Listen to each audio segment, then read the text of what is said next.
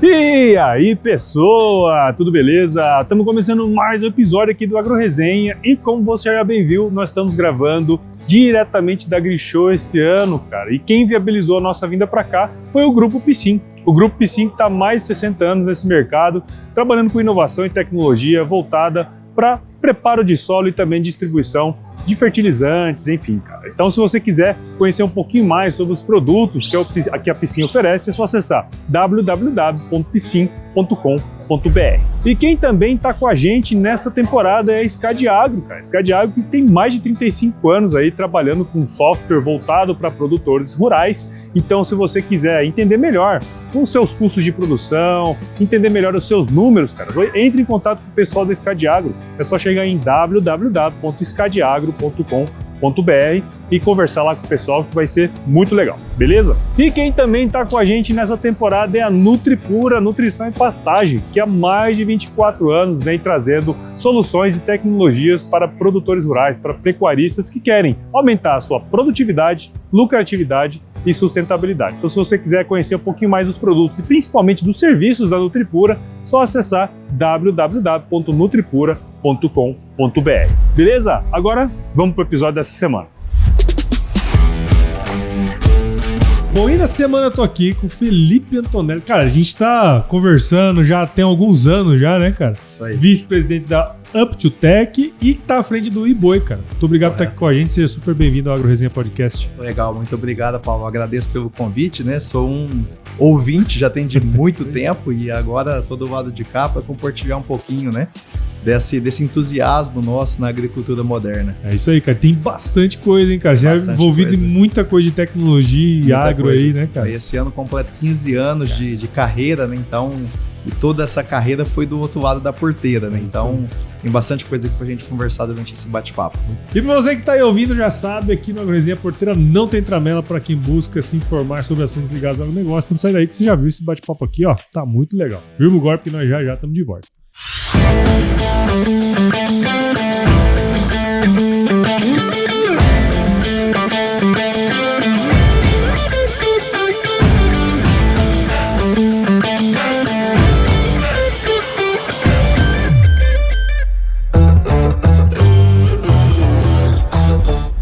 Muito bem, estamos aqui de volta com o Felipe. Felipe, pra gente começar essa resenha aqui, cara, conta um pouquinho da sua história aí pra gente, meu. Legal, Paulo. Bom, sou o Felipe Antonelli, francano, né? Pague IPTU em Franca. Apesar de passar... Você recebe correspondência por lá. Né? Pague IPTU em Franca.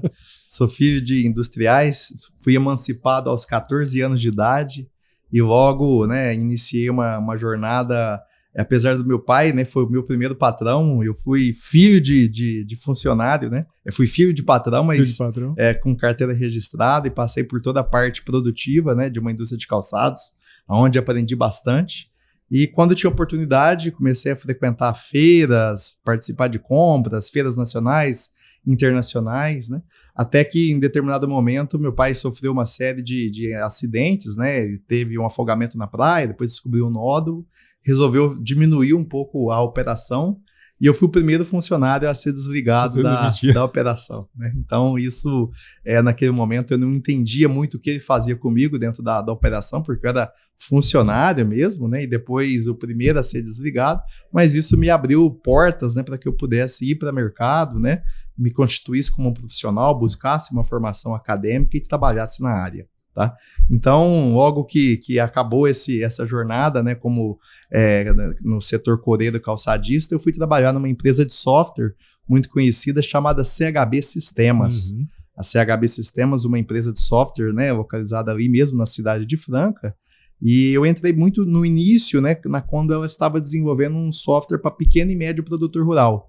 Então foi aí que... Isso, então a CHB ela tinha um software para usina, que é muito tradicional hoje, não as usinas, né, vamos dizer, usinas grandes, né, mas as usinas menores, familiares, que estão ainda no controle, e ela tinha o desejo de começar a atender os fornecedores de canos, prestadores de serviço. Então eu entrei no momento que eles estavam, né, tendo as ideias para que eles pudessem começar a atender esse nicho de mercado, e aí eu fui para a fazenda, fui visitar os prestadores de serviços, levantar requisitos, né, e passar para os desenvolvedores.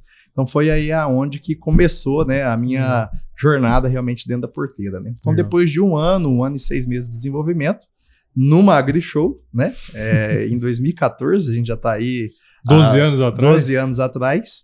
Eles me convidaram, né, como gratificação, visitar a feira e hoje a feira começa no domingo, né, por questões políticas, naquele ano começava na segunda. Os diretores, gerência da empresa foram participar da cerimônia de abertura e eu fiquei no stand. Num trabalho de divulgação que eles tinham feito antes, eles conseguiram atrair uma certa, né, quantidade de prospects, né, interessados para o lançamento do primeiro software rural na web, né, porque também era novo, porque antigamente ficava tudo instalado local, em servidores, né, disquete, CD.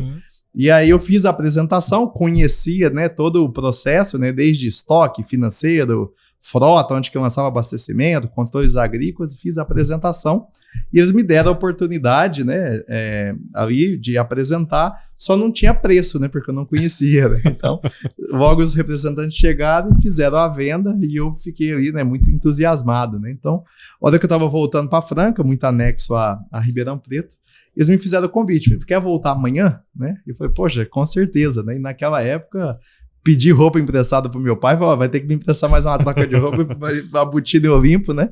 Pra voltar pra AgriShow pra participar dos outros dias e vim todos os dias. Não consegui vender outro sistema, só foi aquele primeiro que... O cara já tava comprado, já tava, né? E aí aconteceu esse feito, né? E foi bem marcante porque quando a gente voltou na empresa na segunda-feira, eles fizeram uma proposta, né? Felipe, você quer trilhar comercialmente, né, à frente desse produto ou você quer desenhar o processo de implementação e visitar esse cliente e cuidar da implementação, né? Então, eu tive, né, essa possibilidade naquela época, já muito ligado, né, à espiritualidade católica, pedi direcionamento e falei, não, é o comercial que eu quero, né? Então, naquela época era um Corsa Classic, sem ar-condicionado, com os vidros dentro da manivela, o software local instalado na máquina, simulando um ambiente web, né? E uma lista de clientes, né, que eles haviam conseguido ali muito de indicações das usinas, né, quais foram os fornecedores. E eu comecei a fazer um trabalho, né, com muita persuasão, né, muita transpiração, então indo nas cooperativas, nas revendas de agroquímico, nas indústrias, né, regionais aqui no estado de São Paulo, Triângulo Mineiro, e isso começou a dar muito certo, né? Então, logo nos primeiros anos, eu já tinha mais de 100 clientes na base. Né? Isso foi criando, né, uma certa sustentação e eu fui vendendo, os primeiros softwares eu fui vendendo, implementando e fui criando relacionamento.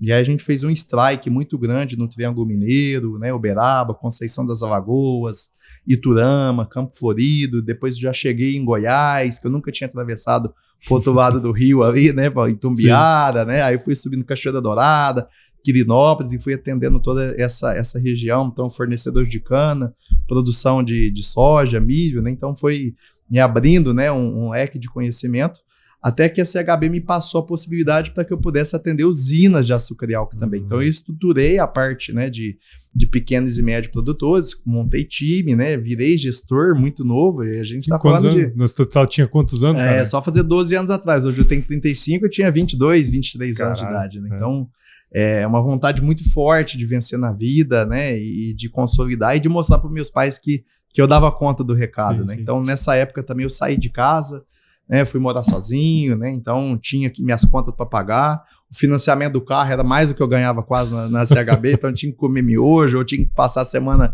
inteira fora para não dar despesa dentro de casa, sim, né, não tinha que comprar padaria, não tinha que fazer compra, né, e a conta de água e de luz vinha baixinha, né, então eu comecei, né, a montar essa estrutura comercial, né, de pessoas, né, super estruturado em pré-vendas, em site sales, que hoje tem todas essas nomenclaturas. Sim, naquela época não tinha. Era só, né, vendedor mesmo. Era só vendedor, mas eu tinha a central de oportunidade, já implementava CRM, eu tinha toda essa visão. Antes de você ir pra frente na história aí, você dá um insight muito grande, né, cara? Porque assim, você começou muito cedo. Muito cedo. Quer dizer, você já tinha a questão da responsabilidade, por mais que você fosse filho do dono, né? Vamos colocar o português claro, né? E em olhos de fora, às vezes, não, esse é só o filho do dono. Mas Isso de alguma maneira te ajudou muito, né, cara? Porque assim, você desenvolveu uma maturidade. Antes, eu com 14 anos não tava nem aí pra nada, né, meu? A maior parte do gurizada com 14 anos, da nossa geração, pelo menos, tá muito tranquilo, né? Mas assim, esse início, né, cara, assim, de você ter essas responsabilidades, isso de alguma maneira te ajudou também quando você foi pra lá, né? Só que naquela época eu não entendia. Sim. Mas esse é o ponto, né? Hoje, quando você olha pra trás, cara, com certeza, como que você enxerga esse período? Eu deveria ter aproveitado mais se eu conseguisse enxergar o que o meu pai estava fazendo para mim, me colocando para trabalhar, né? Chegou num determinado momento que eu comecei a verificar, né, colocar o dinheiro na frente, e aí eu comecei a dar valor. Então eu comecei, né, eu estava registrado, recebia salários, e aí eu parei de estudar.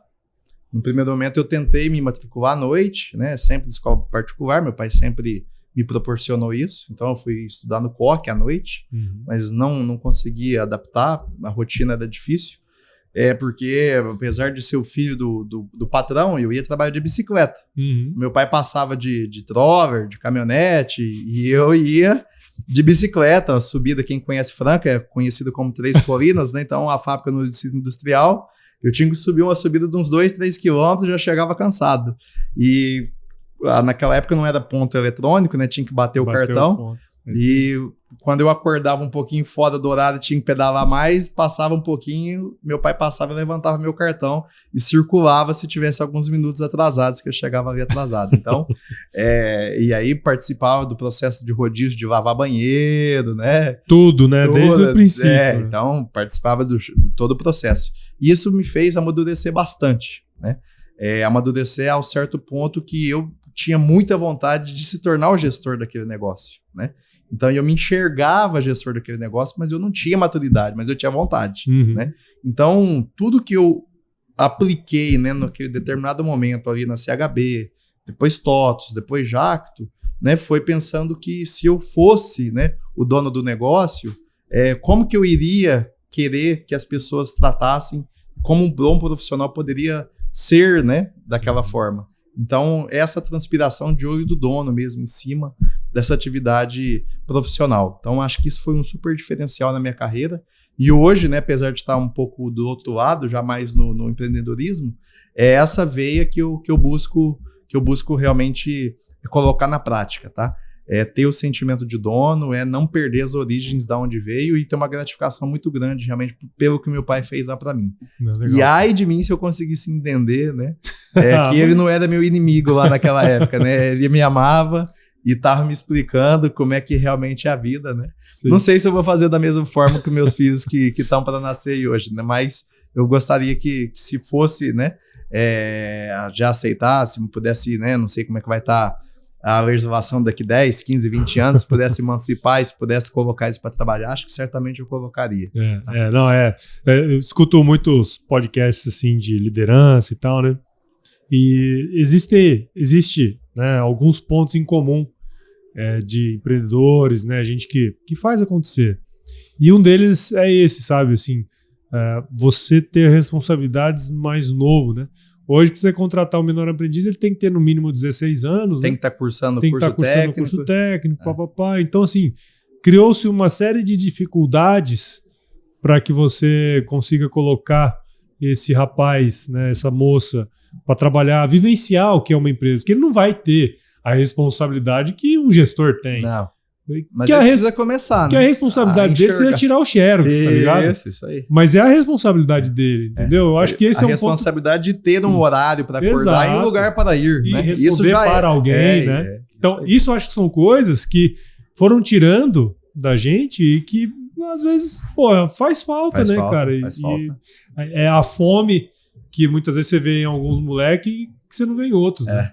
Então, assim, essa vontade, né? Eu acho que um dos principais pontos você falando que me fez refletir é o seguinte: a minha maior obrigação era acordar cedo. Né? Então. Depois era estar. Que é chato pra caramba com 15 anos, cara. E depois era estar lá dentro antes das 6h30, porque o ponto tinha que bater antes das 6h30. Aí depois era almoçar junto com todo mundo ali no bandejão. Voltar dentro do horário previsto, né? Então, ir trabalhar e a esteira rodava, né? Então, eu não vou aqui alongar para contar o processo produtivo, mas era um processo, uma linha de montagem, uma linha de produção, e eu fazia parte da engrenagem. Então, você tem aquela responsabilidade, né? Tudo que passava na minha mão tinha que assinar a data e hora. Então, a primeira vez que voltava um sapato com devolução, o gerente já olhava, via se passava na minha mão para vir falar pro meu pai, ó, não dá para deixar de aquilo, né? Mas eu faria com carinho, fazia com amor para não, né? Não voltou, mas não foi por culpa minha. Sim. Tá? E cara, vamos entrar no agro ali, né? Porque você falou que começou todo esse processo do comercial. Isso, CHB. Isso. Depois você foi para TOTVS, né, cara? Então eu comecei a atender usinas de açúcar e álcool, né? E comecei a fazer algumas sombras em algumas contas aí que eu comecei a disputar com a TOTVS, né? Então, TOTVS, primeira empresa de software brasileira a abrir capital na bolsa, ela tinha feito recentemente a aquisição, né, de algumas empresas de RP agrícola, né, core business, e aí eu fui, né, convidado a fazer parte, né, de um time comercial, e para mim foi uma virada de mindset muito grande, porque, de novo, né, pedindo muito discernimento para Deus, porque aí para mim, eu falei, poxa, é pouco tempo de casa, né? Como eu já vou fazer uma migração, né? Mas assim, eu olhei muito carreira e o que a TOTVS poderia me agregar realmente, né? Mas também não tinha muita visibilidade, né? Do interior aqui, do interior de São Paulo, né? Eu só lembro que eu parei de atender um cliente, que o meu maior cliente era o Júlio César, da Fazenda Pomba, aqui em Uberlândia, Ademir de Mello, aqui de Campo Florido, com 4, 5, 6 mil hectares. Hoje já são maiores, né? Mas na época eu fui atender Sementes Adriano com 60 mil hectares ali em Rondonópolis, sabe? A diferença mais ou menos. Né? Foi minha primeira viagem, né? Então eu andava de Corsa Classic e depois peguei um avião na TOTVS já para atender a Sementes Adriano, que era Adriana, hoje é a Grupo Ato, né? Uhum. Então já fui fazer reunião com o Odílio de Catânia, com o Cleiton, que era o gerente de TI. Eu falei, vixe, agora já mudou, né? Chegou lá cheio de problema, vixe, não tinha esses problemas lá no outro lugar, né? E, cara, isso é um ponto legal, porque assim, tecnologia, né, software e tal, eu costumo brincar, e você vai me corrigir se eu estiver errado, é o seguinte, é um problema que o cara não sabe que tem, você tem que vender uma coisa que ele não sabe como que ele vai usar. Uhum. Né? A maioria é mais ou menos assim, né? E quais eram, dentro dessa diferença de tamanho que você falou, quais eram as principais dificuldades, por exemplo, que um pequeno tem, né, para a implementação de um software como esse, por exemplo, e que um grande, né, 50, 60 mil hectares tem, cara? Tá.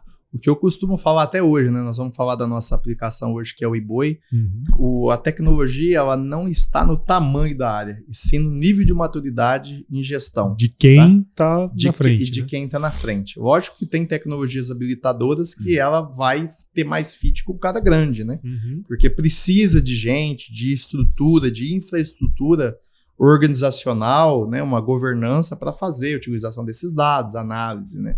Que num pequeno ele não vai ter gente, então ele precisa de ter algo até mais automatizado para isso, né? Mas a gestão, a tecnologia, né, tudo que eu sempre busquei desenvolver, ela tem que ser acessível, né, e robusta para qualquer nível de agricultor.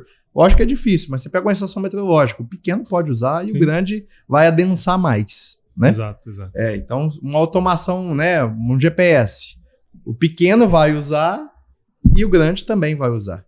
Então, um RP, né? Um RP o grande vai usar, ele vai apontar custo, fazenda, talhão, cultura, operação agrícola, né? Quanto que eu gastei na pulverização, né? A terceira minha de herbicida. Agora, o pequeno, ele precisa saber quanto que pelo menos é o custo de abastecimento dele. Então, ele vai ter um software menor, né? Ele precisa ter não só o controle de despesa e receita, mas ele precisa ter um controle de abastecimento, ele precisa valorizar, né, apontar, né, a mão de obra que está realizando essa aplicação. Então, a tecnologia está disponível e a dificuldade de convencer o grande e o pequeno não é por tamanho de área, e sim a qual nível de gestão ele está naquele momento que você vai abordar ele. Porque muitas vezes ele não tem aquela dor porque ele não enxerga, né? Aí você tem que ir, igual na psicologia, né? Habilitando certos gatilhos nele para ele entender realmente que ele possa estar perdendo dinheiro, porque muitas vezes ele fala assim, poxa, meu pai me entregou isso aqui há 3, 5, 10 anos atrás, era Y, eu cresci, meu endividamento é baixo, eu renovei parque de máquinas, eu comprei fazenda e tá tudo certo, legal, e tá conseguindo, mas o que ele poderia estar economizando, o que ele deixou de ganhar tendo, né, a aplicação de tecnologias. E tem cara que é bom sem tecnologia e não tem o que fazer, né? Exato. E você toca num ponto, cara, pô, gestão, a gente fala muito sobre isso aqui no podcast, né? Eu trabalhei muito tempo no CPE, no IME, você sabe? Sim. Poxa, fazia levantamento de custo de produção no Brasil inteiro, cara. Qual que era o comum? O comum é você chegar lá e ninguém saber o seu próprio custo de produção. Isso. Né? E eu tinha uma tese, até acho que quando a gente conversou, na época que eu estava na Grêmio, eu falava assim, cara, se o cara não tem gestão, como que ele vai ser um cara que gosta de inovação? Porque ele não sabe onde está o problema dele. O que ele vai pegar a tecnologia por si só? Não resolve nada, né, cara? Não resolve. Agora, se você tiver um problema e endereçar esse problema de maneira correta, é o nível de gestão que nós estamos falando, né? Isso aí. E as empresas, né, elas, um exemplo, você vê os adventos aí da inteligência artificial, né, tudo que está acontecendo hoje no mundo, né, toda essa demanda de processadores, montagem de data centers. O Brasil tem um movimento muito, muito grande para isso.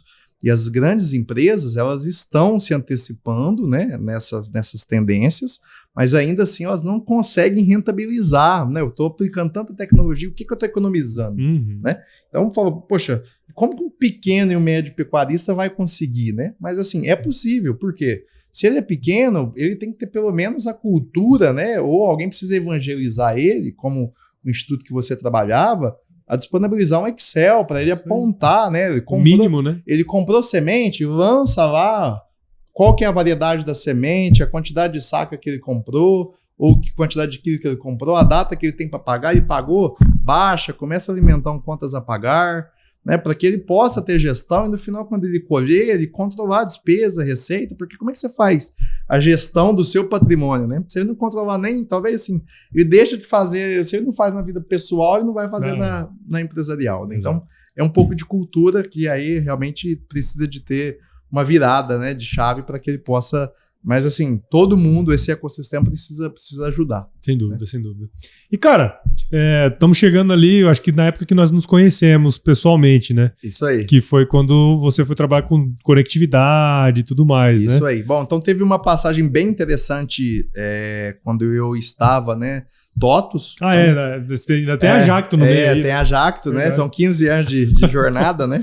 Então, TOTVS recebi uma carteira muito interessante de players, né? A TOTVS chamava de multicultivos, né? Então, passei a atender grandes contas, Amage, Bom Futuro, Schaeffer, Massucci, Vox, muito Proteus com Pins, que é o RP com o Core Business, e depois comecei a atender usinas de açúcar e álcool também, passei a atender fundos de investimentos, que naquela época o Pátria, o Aqua começou a fazer as aquisições, né? E hoje a gente já viu o que aconteceu.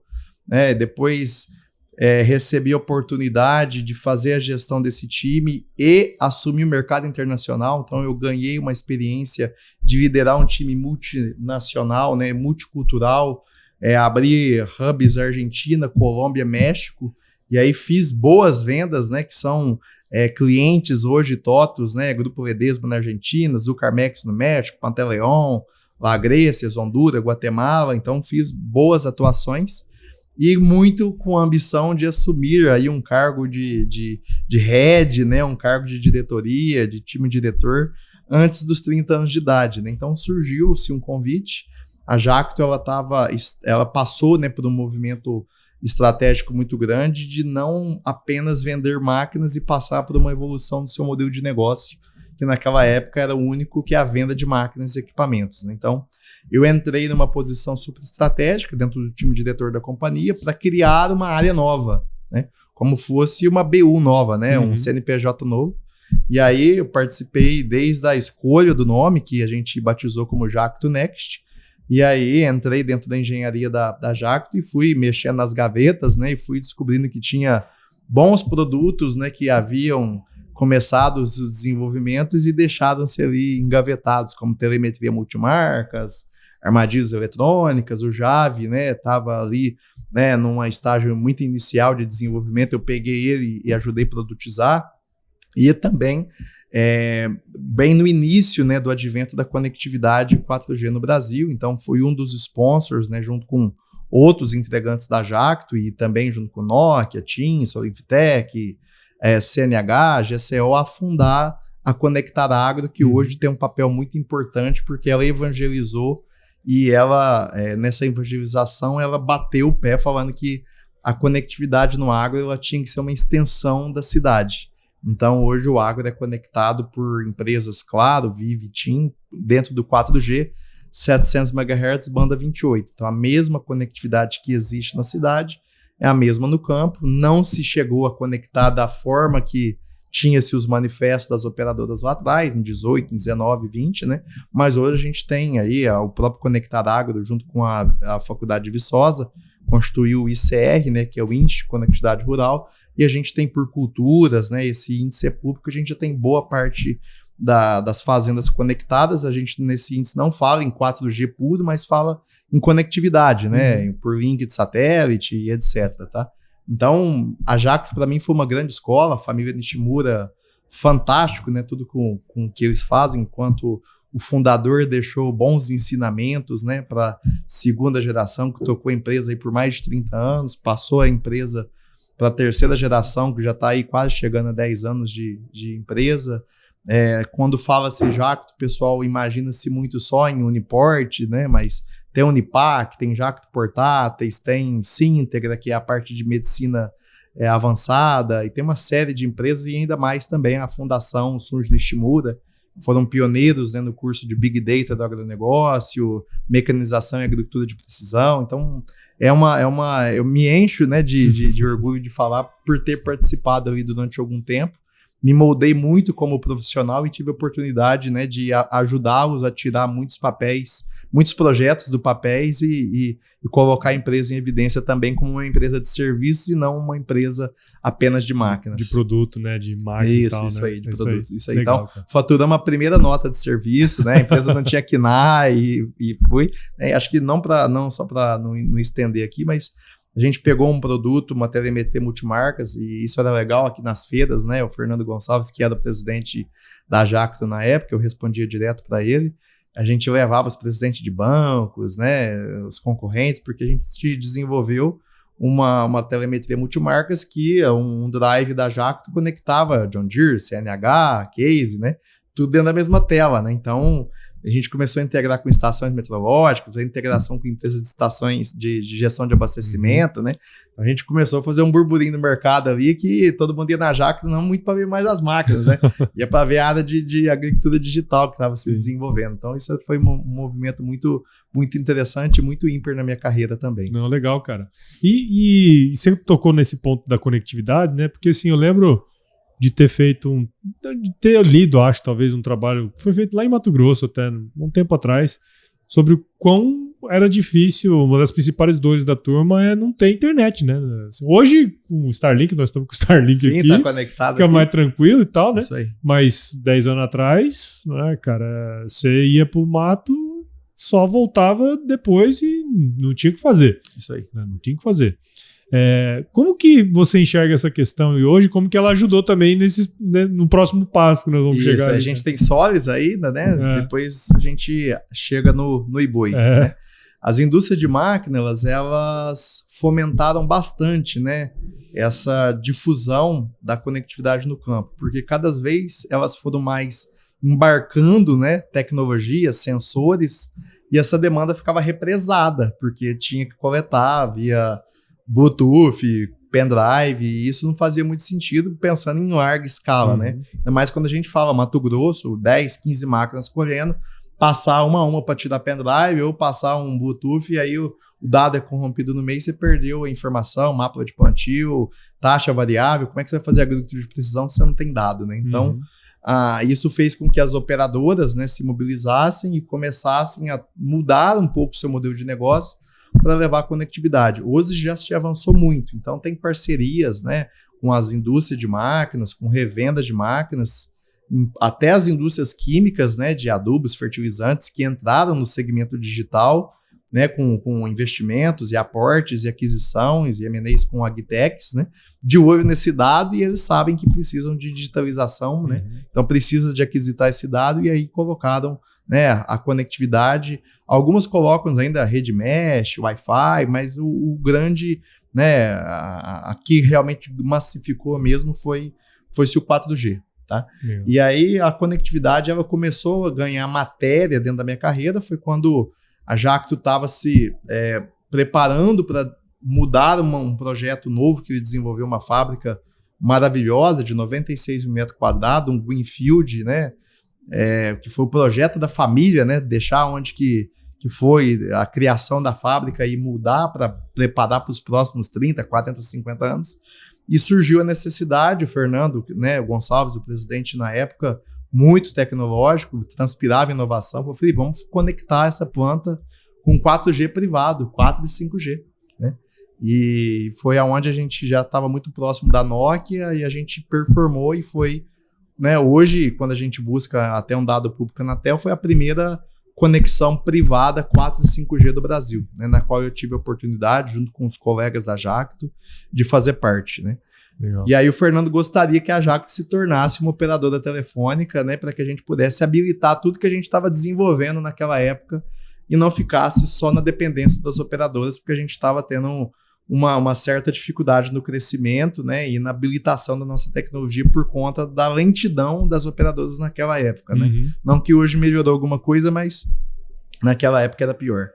E aí a gente levou para o conselho, né, e a família falou, poxa, é muito arrojada, a Jacto Next já tá demais. Já tá demais e colocar aqui pro mercado na próxima AgriShow que a Jacto agora tem Jacto Telecom, acho que não dá certo, né? Então, naquele momento, eles acharam melhor deixar para um segundo momento a avaliação desse projeto, mas já tinham se feito a maior parte dos investimentos, foi uma decisão estratégica, né? Lógico que a gente respeitou, né? Eles são muito bons, né?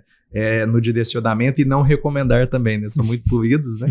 E aí isso me abriu portas, né? Para que eu encontrasse 2 parceiros de negócio e eu ajudasse eles a desenvolver uma operadora privada 4G, MVNO, que foi a Solis, aí que foi uma alçada fora do mundo corporativo, né? De grande porte, então foi TOTUS e Jacto aí que deu quase 10 anos, né? De muita transpiração. E aí foi realmente voltar para um ecossistema menor, né?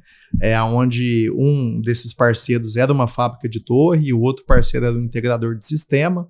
Eu já há 10 anos no mercado já conhecia, né, essa necessidade de cobertura, sim, já sabia onde estava a dor dos pecuaristas, dos agricultores.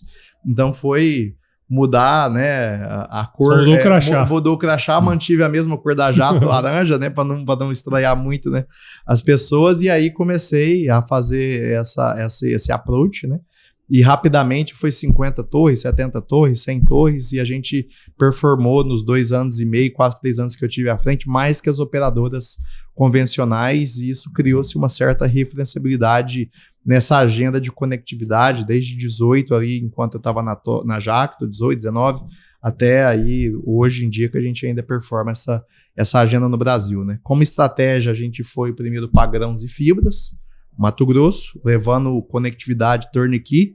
Então, a empresa fazia toda a parte de torre, instalação do sistema, licenciamento e entregava o chip para colocar nas máquinas e conectar as pessoas e fazia toda a administração da rede igual uma rede privada, desculpa, igual uma rede aberta, só que privada, só quem tem o chip tem acesso. Aí depois a gente fez uma parceria com uma MVNO, então o mesmo chip privado chegava na cidade, conectava, tinha número. Então isso foi uma atividade bem interessante. Depois a gente foi para o segmento de usina, conectamos algumas usinas, CMA foi um case muito, muito interessante. Depois a gente conectou Luiz Dreyfus, né, LDC, um grande player de citros. Depois conectamos alguns players de pecuárias e aí o negócio ficou grande, ficou interessante, se tornou a principal operadora do agro, né, na qual eu tive a oportunidade de participar de todo o desenvolvimento até o período ali de consolidação. Não, tá? Legal, cara, legal. E, cara, senão nós vamos longe aqui, vamos longe, né? Vamos longe aqui. Vamos entrar no Iboi aí já, então. Que é a sua área pecuária, né? Da nossa área, né, cara? Porque, assim, nós estamos entendendo que toda essa jornada... Eu achei interessante a gente explorar um pouco essa jornada sua, né? Porque ele culmina aqui, agora onde nós estamos, né? No Iboi e tudo mais, né? Lembra da gente ter se encontrado algumas vezes, aí daqui a pouco você saiu lá, né? E falou, pô, tem um negócio do Iboi e tal. E eu fui ver esse que é o bichinho aqui, o brinco, né, cara? Que vai na orelha dos animais ali. Conta um pouco, cara, porque assim, a agricultura, ok, né? Óbvio, o passo estratégico que você tem para crescer qualquer coisa no agro de tecnologia, primeiro você tem que ir para agricultura, né? Porque é onde a turma, não digo que está mais propensa, mas está mais preparada. E tem um desprendimento maior de caixa, né? Isso. E está mais preparado mesmo, né? Que é aquela maturidade que você falou para você investir em tecnologia e tudo mais, né? Aí você sai desse lugar, velho, que é um lugar bacaninha, quentinho, né? Aí você vai para pecuária, que já é um lugar mais árido, mais complicado de você levar tecnologia, né? Porque o cara faz a conta ali, na cabeça dele é uma coisa e às vezes não é, né? Como que foi entrar na pecuária assim mais de cabeça, vamos dizer assim? Bom. A introdução desse projeto conheci enquanto Solis, né? Rodrigo Abreu, empresário do segmento de e-commerce, formado em Netel, Instituto de Tecnologia, Santa Rita do Sapucaí, junto com outro amigo desenvolvendo.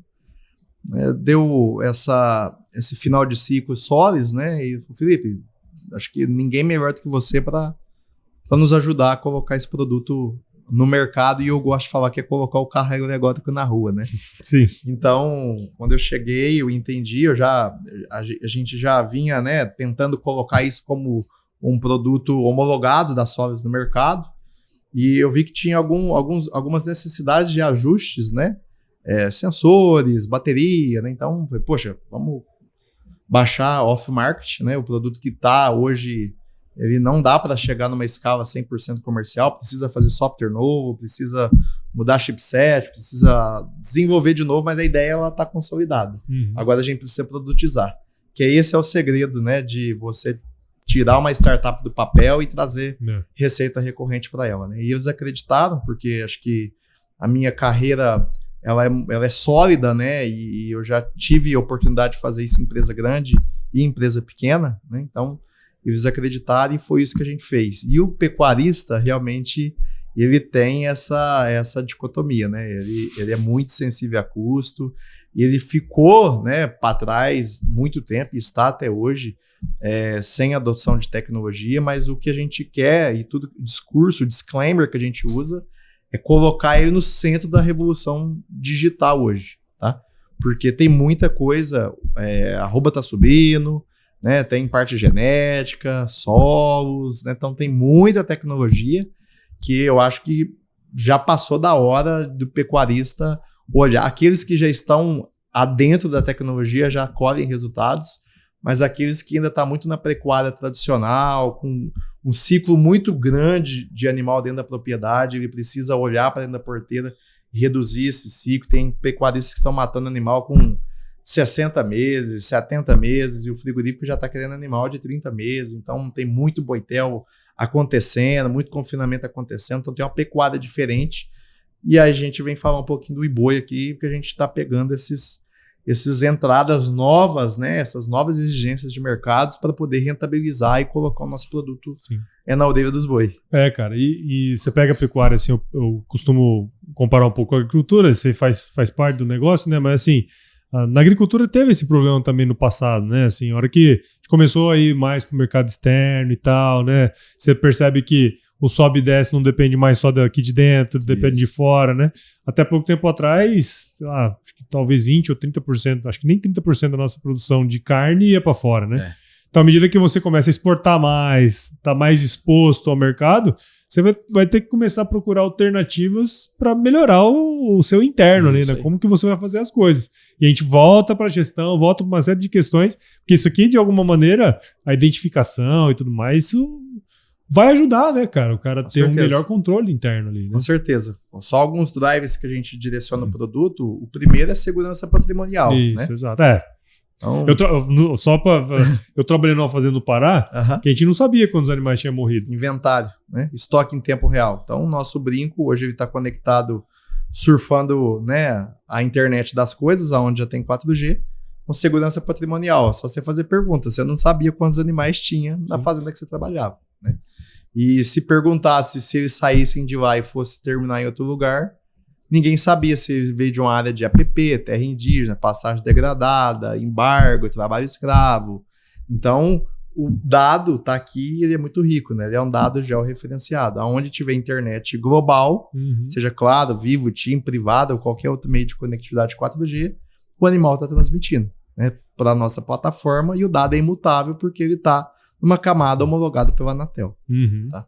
Então, esse parâmetro, né, de georeference, né, de bater o dado e ele ser imutável é muito rico. E aí, uma vez que o dado está na nossa plataforma, a gente não teve, né, vamos dizer, o olhar em entrar para dados genéticos, dados de coxos, dados de curral, igual tem bons softwares de gestões que fazem isso no mercado. E a gente quer e vamos ser parceiro deles. Nós entramos para fazer eu tenho o dado, né? Então, se eu tenho o dado, eu quero fazer controle de peso, GMD, tempo de permanência entre lote. A gente quer fazer a rastreabilidade aumentada desse animal, porque eu tenho o dado já referenciado, não preciso fazer por apontamento, né? Então, a gente construiu uma plataforma aberta, com APIs, para que você não precise ficar no curral ali com 2 telas de software aberta, mas a hora que você quer ver onde o animal está, você olha a minha plataforma. Mas a hora que você quiser dar entrada na GTA, da guia de transporte, você lança no seu RP normal ali, tá tudo certo. Depois você vê onde que ele tá, depois que ele brincou com a nossa plataforma, tá? Então, essa parte de gestão e monitoramento, a gente entende-se que vamos resolver um bom problema do pecuarista com a nossa plataforma, que ela vem acoplar no que já existe de mercado hoje. Sim. Depois a gente vem habilitando algumas lacunas muito importantes. Destaco a segunda, que é crédito. Tá? Hoje a gente é direcionado pelos bancos, Paulo, porque a gente faz contas aí 230, 240, né? Tem algumas fontes de milhões de animais. Se a gente multiplicar aí a arroba de 260, de 360, a gente tem um estoque de mais de 1 tri. Uhum. E os bancos não aceitam a garantia de um ser movente, né? Porque hoje ele está, amanhã ele não está dentro da propriedade, né? Então não é que o brinco ele vai servir para que o boi seja uma garantia, não. A gente criou-se um manual operacional integrado com uma certificadora líder em Sysbov, na qual o animal sendo Sysbov, ou animal tendo origem, e o nosso brinco, né? A certificadora acompanhando a brincagem, a gente tem um fluxo e o banco assume a API da nossa plataforma e ela pega esse animal como garantia, registra a CPR e libera o dinheiro para o cliente. O animal segue monitorado até o CIF dentro do frigorífico. Quando ele é abatido, o CIF informa a nossa plataforma, que informa o banco, e esse animal, né, ele é abatido e o banco, né, suspende a garantia, ela executa essa garantia. O frigorífico paga o banco e a diferença para o pecuarista. Então, a gente já rodou 1, 2, 3, já enchemos a mão de operações e isso está muito próximo de se tornar um produto dos bancos privados no primeiro momento. Quem sabe, de repente, dos produtos dos bancos públicos, né? Para que a gente possa ser apoio, né, e instrumento para a garantia fiduciária, né, de grande, de médio e também de pequenos produtores rurais, para que o capital de giro possa ser empregado ali. A gente está num momento de Selic alta, muitas RJs no agro e ainda mais utilizar um ser movente como garantia, né? Então a gente está olhando muito esse segundo pilar aí, depois de monitoramento e gestão, o segundo crédito. Pô, cara, vamos lá, porque bastante coisa aí, né, cara? Assim, ó, nessa parte de rastreabilidade, que é a parte um pouco, vamos dizer assim, um pouco mais técnica ali, né? Como que funciona? Porque, igual você mostrou, você chegou pra mim que falou assim, pô, Paulo, olha só o tamanhozinho que tá dando muito, né? mais os É a quarta versão, né? Pra quem tá nos ouvindo aí. Antes da gente chegar lá, porque eu quero também explorar um pouco isso, mas assim, como que esse negócio que funciona, cara? Como que é que você põe lá, porque pra quem tá escutando só, depois você vai lá no vídeo. Mas ele tá com um brinco aqui, né? Que tem a cor dos brincos normal. A mesma cor, amarelinho do padrão Sysbov. Só que você vê que é um componente, tem componentes eletrônicos aqui dentro e tal, que, né, vai trazer isso. Vou abrir a caixinha de Pandora aí, brevemente, aí para a turma que está nos assistindo e está nos ouvindo também, né? Então, quando a gente começou o desenvolvimento, pesava 38 gramas, hoje pesa 19 na 4ª geração, tá? Aqui dentro tem um chipset Qualcomm. Nós, depois de 2 anos e meio de desenvolvimento, nós chamamos a atenção da Qualcomm e fechamos uma parceria global com eles, que eles não desenvolvem nada para onde vai boi e nós não compramos chipset de outro, porque eles têm interesse nos 200 e poucos milhões de animais. A gente falou que a nossa meta é 1 milhão e eles esticaram a régua para 10 milhões. Então, nós temos uma meta compartilhada no meio de 10 e 1 para que a gente possa ter um chum, né, de mercado, tá? Então, aqui dentro tem um medidor de temperatura. tem um contador de passos, né, através de um acelerômetro. Nosso brinco ele é recarregável, então depois que o animal vai para o frigorífico e volta, você limpa o brinco, pode recarregá-lo novamente ou consultar na nossa plataforma o estágio de bateria dele e utilizá-lo em outro giro sem necessidade de carregar. Você, no momento que volta, você faz o check-out dele, você não perde a informação do animal anterior que ele estava e você libera para que você possa utilizar em outro brinco, tá? E o mecanismo, né, de brincagem é universal, então aplica com qualquer alicate ou brincador, o nome que cada fazenda ou cada região tiver. Nós fornecemos, né, nós não quisemos desenvolver os pinos machos, né? Sim. Porque ele que é o principal responsável da taxa de retenção dos brincos na orelha. Né? É ele que segura. Então, a gente utiliza das duas principais marcas de mercados, que é o Flex ou o Datamars, os clientes que falam, não, eu uso o Flex. Então, a gente compra e fornece junto com o nosso brinco. Eu uso o Datamars. A gente compra e oferece junto com o nosso brinco. E a gente vai em todas as nossas fazendas, todos os nossos clientes realizar a brincagem. Porque muito do sucesso, né, começa no momento da brincagem. Então, o Customer Success para nós começa no processo de implantação. Então, a gente vai, imprime a folha com o desenho da orelha, explica onde que tem que ser ali o momento da brincagem. Todos os pinos machos a gente coloca no CB30 ali, passamos um guentozinho para ajudar a cicatrização, esterilização, e já entregamos o pino e o brinco já na mão, né, no alicate, na mão do colaborador para ele só brincar. Né? E aí a gente tem um processo sistêmico, né, que o animal já está dentro da fazenda, ou ele acabou de chegar dentro da fazenda no processo de originação, e com isso o pecuarista vai só, né, realizar a brincagem já associado sexo, peso, né, já vem tudo ali dentro da plataforma dele, ou ele captura essas imagens ou imputa essas informações na hora, e aí isso passa para dentro da nossa plataforma e ele marca onde esse animal vai passar o período dele de engorda ou período de adaptação, né?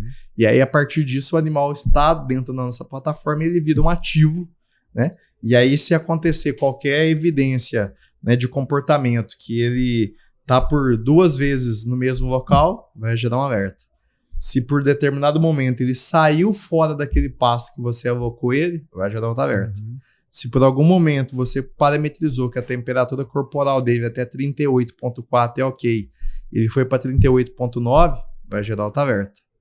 Tá? Então, a gente tem um ecossistema de informação que vai municiar o pecuarista de informação para que ele possa ter dados, né, e agir sempre D-1, né, tanto na parte zootécnica, quanto na parte sanitária, quanto na parte da gestão patrimônio sobre o seu rebanho. Sim. Porque daí não é isso aqui, né?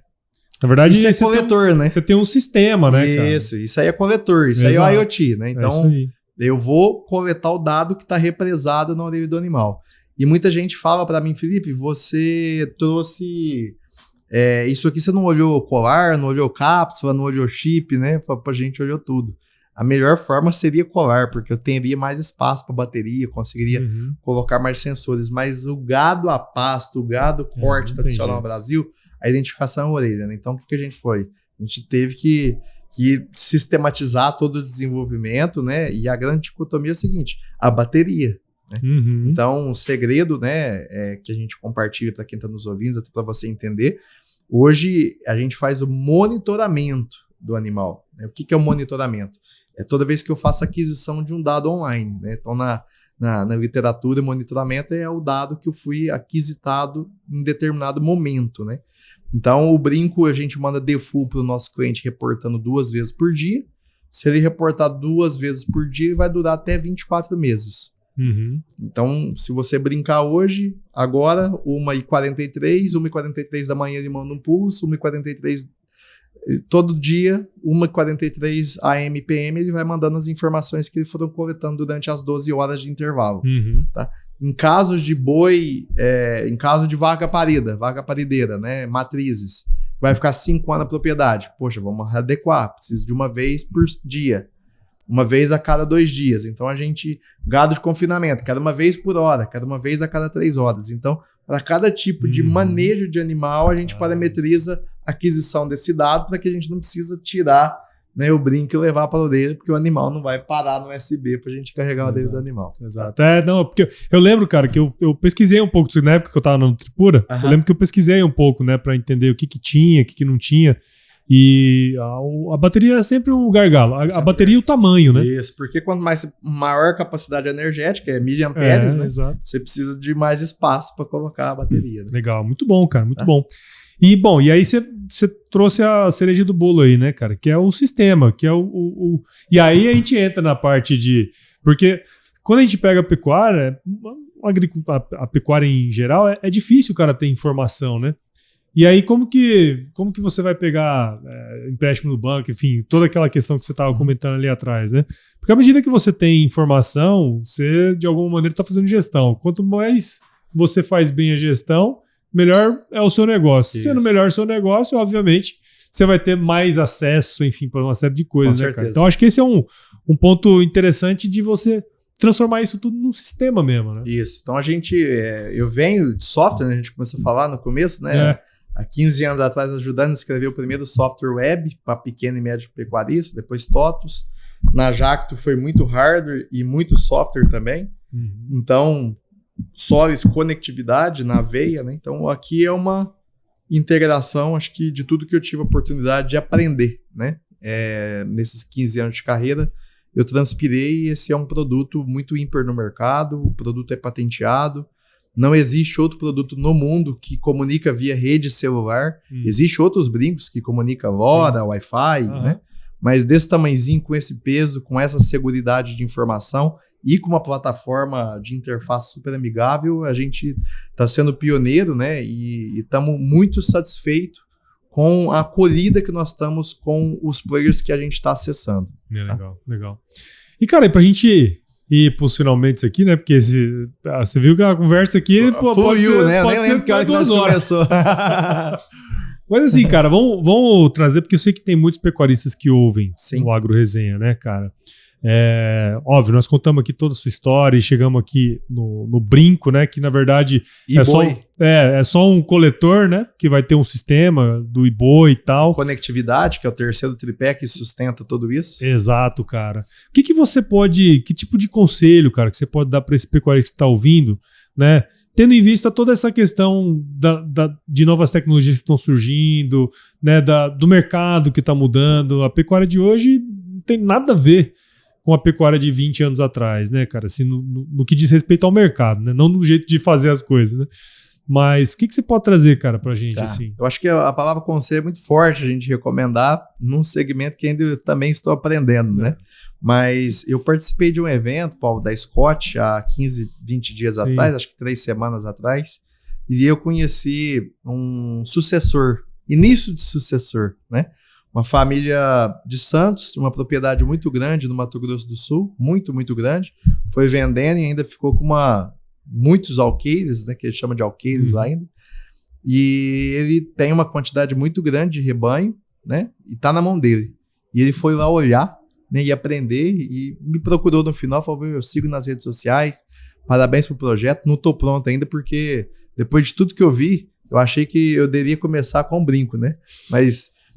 eu tô aqui terça, quarta, quinta e amanhã ia encerrar um dia de campo num confinamento aqui na região de Baetos. Falou assim, tem nutrição animal, tem genética, tem capim, nutrição no pasto, né? Então, assim, não um conselho, mas a recomendação, né? Procura-se profissionalizar, procura-se, né, ir em cima de conhecimento, porque realmente a pecuária de hoje ela é muito diferente do que a pessoa começou, que o pai deixou, né, ou que ele aprendeu. Hoje, quem está, né, nessa pecuária moderna está rentabilizando melhor. A gente vê aí casos de 150 sacos de soja por hectare se fosse rentabilizar em arroba de boi, né? Sim. Então, é possível chegar lá, né? E se é possível para um, é possível para todos, né? Então, todo mundo acorda, sabe que tem que escovar o dente, que calçar a botina e o sol tá aí para todo mundo, né? Então, assim, procura conhecimento, né? E vai atrás, que é possível ele sair daquela pecuária tradicional que ele estava, com pouco recurso, com pouco investimento, e ele dá passos, né, fortes e firmes que nem ele já deu até hoje, mas em busca de tecnologia. E não é tecnologia tech, né? Não é tecnologia robótica, IA, internet das coisas. É tecnologia em currais mais modernos, em balanças, em troncos, IATFs, né? Depois, na hora que isso estiver estruturado, software de gestão, pesagem por imagens, binco eletrônicos, né? Conectividade na fazenda, né? Ele tem que ter um plano, né? Mas assim, precisa partir. Né? É isso que você falou, é muito louco, né, cara? Porque assim, tem muita coisa básica que é básico para nós, né? Assim, eu sou técnico e tal, né? Trabalhei muito tempo com isso. Mas você olha assim, poxa, vamos fazer uma divisão de pasto aqui, faz uma partezinha da fazenda, puxa água faz aqui, um põe rotacionado. Né? Isso pra gente, assim, eu olho e falo assim, cara, isso é tão óbvio, mas não é óbvio para todo mundo, porque nem todo mundo tem o olhar clínico para isso, né, cara? Isso. E foi muito legal essa ideia do rapaz que veio falar com você, porque, poxa, ele percebeu que não, bicho. Eu tenho um monte de coisa pra fazer antes, cara. Eu preciso pensar, eu preciso entender o que eu vou dar pros meus animais, como que ele vai viver ali naquele ambiente e tal, né, cara? Então isso é muito legal, porque assim, no fim do dia é você voltar pra base, né, cara? É voltar, é construir, né, alicerces para ter bases fortes para poder crescer, né? E aí onde que você busca isso? Onde tem o conhecimento, né? Exato. Em eventos, consultorias, né? É ter pessoas boas do seu lado e estar se relacionando com pessoas que você precisa de acessar eles para ter a informação, né? Talvez a pessoa tá na cooperativa, na revenda, só ali no cafezinho, não tá agregando nada e o cara tá achando que aquilo ali, né, tá daquele jeito, né? É aquilo, né? E muitas vezes não é, né? Bom. E é isso, Paulo. Filipão, muito obrigado, viu, cara? Por você ter tirado um tempinho do seu dia para vir trocar ideia com a gente. Uma conversa muito tranquila, né? Isso muito aí, fluida. cara. Acho que alonguei alguns momentos aqui. Tá tranquilo. Não, eu que deixei. Mas, cara, obrigado, parabéns aí pela sua trajetória, pelo seu trabalho aí, cara. Eu que agradeço, continuarei ouvindo nas estradas, né? O nosso podcast. Chamo de nós, porque acompanho faz muito tempo, aí, né? Já tenho um sentimento de pertencimento de dono, né? Em cima do Agro da Resenha. É isso aí, muito obrigado. E, cara, como quem tá ouvindo a gente pode conhecer mais sobre o seu trabalho, também o trabalho da iBoi? Legal. A gente está hoje em todas as redes sociais. Quem tem celular na mão, @iBoi, vai nos encontrar. iboi.agr, nosso site. WhatsApp, aonde que mandar mensagem, cai numa central nossa de oportunidade. Nosso time tá apto a responder. Independente do tamanho, do volume de gado, foi muito que a gente falou que a gente conversa com todo mundo, apresenta a plataforma para todo mundo, tira dúvida para todo mundo, dá instrução para todo mundo. Então, assim, é uma empresa de gente servindo gente, tá? Legal. Então, a gente tem essa cultura que eu fui aprendendo e fui moldando ela, né, para que o iBoi possa ser disso. Então, a gente pode nos acionar via as redes sociais, a gente vai estar ali para atender. Show. Tá Maravilha. Bom? Cara, vamos agora para um último bloco desse podcast aqui, que é o nosso glorioso quiz. É? Meu Deus. Vamos lá. Prometo que não tem pegadinha. Bom, você já conhece o podcast, já sabe, cara. Conta pra gente, Felipe Antonelli, qual que é a sua música antiga predileta, cara? Minha música antiga predileta, Carro de Boi. Carro de Boi. Vamos lá, cara. E qual que foi o lugar mais legal que você já visitou? O lugar mais legal que eu visito sempre é o Santíssimo Sacramento. Eu tenho... Então são 15 anos de profissão, 15 anos rodando todos os estados. As pessoas me acham meio doido quando eu tô nos lugares, porque passa um me conhece, passa outro me conhece, e eu gravo muito o nome das pessoas e os lugares e as histórias, né? Então, todas as cidades que eu vou, eu gosto de visitar pelo menos a igreja matriz, sim, né? E eu vou no Santíssimo dessa igreja matriz e eu marco, né, aquele momento. Então, para mim, a ida é muito melhor do que chegar no lugar onde eu estou indo para atender aquele compromisso, né? Legal. Então, a ida para mim termina quando eu chego naquela determinada cidade e eu vou naquela igreja agradecer até onde eu já cheguei. Tá? Então, como um bom peregrino, né? Isso aí. Você dá uma história para um outro podcast. E, cara, qual que é a sua especialidade na cozinha? Minha especialidade na cozinha é churrasco. Isso é de lei, né? Churrasco. E eu gosto de fazer um cafezinho também. É bom. Passar um cafezinho. Inclusive, não falei no início, mas olha só. Eu tenho aqui um presente pra você, cara. Opa! Que é um cafezinho especial que a gente faz com o nosso parceiro do Santo Par. Legal. Né, o Caio da família Zitelli, ali de Franca, minha terra, né? Terra. É um cafezinho especial que ele faz pra gente aí, chocolate, 70%. Tem um legal. Toda uma vou história experimentar, aí. Depois vou comentar lá no... Isso.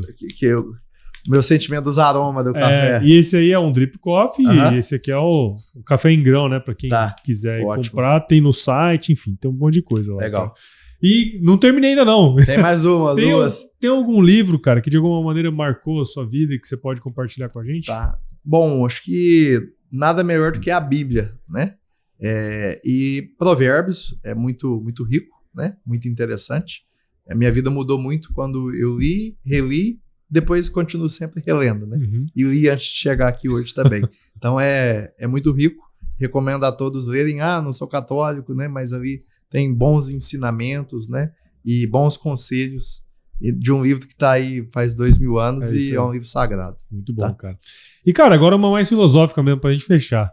Se você se encontrasse com o seu eu de 17 anos hoje, cara, qual seria o melhor conselho que você se daria? Poxa, aí foi pesado, hein? Foi lá atrás. Essa é a mais difícil de todas.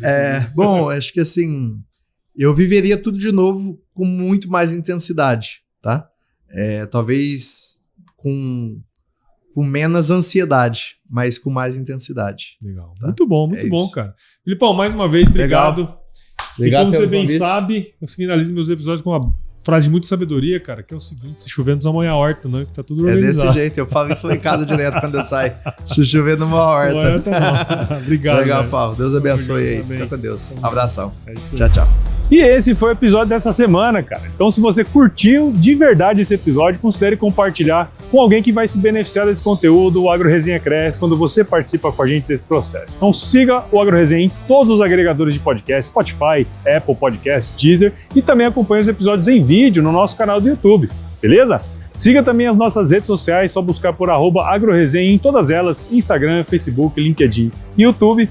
Escreva também para contato@agroresenha.com.br para mandar sugestão de entrevistados, mandar um oi aí pra gente adora receber ois. E entre também no nosso grupo do WhatsApp, lá tem mais de 300 pessoas que estão recebendo as nossas novidades direto da fonte, cara. E esse ano vai ter cada vez mais novidades ali dentro do nosso grupo do WhatsApp, beleza? Então, fico por aqui, até a próxima semana.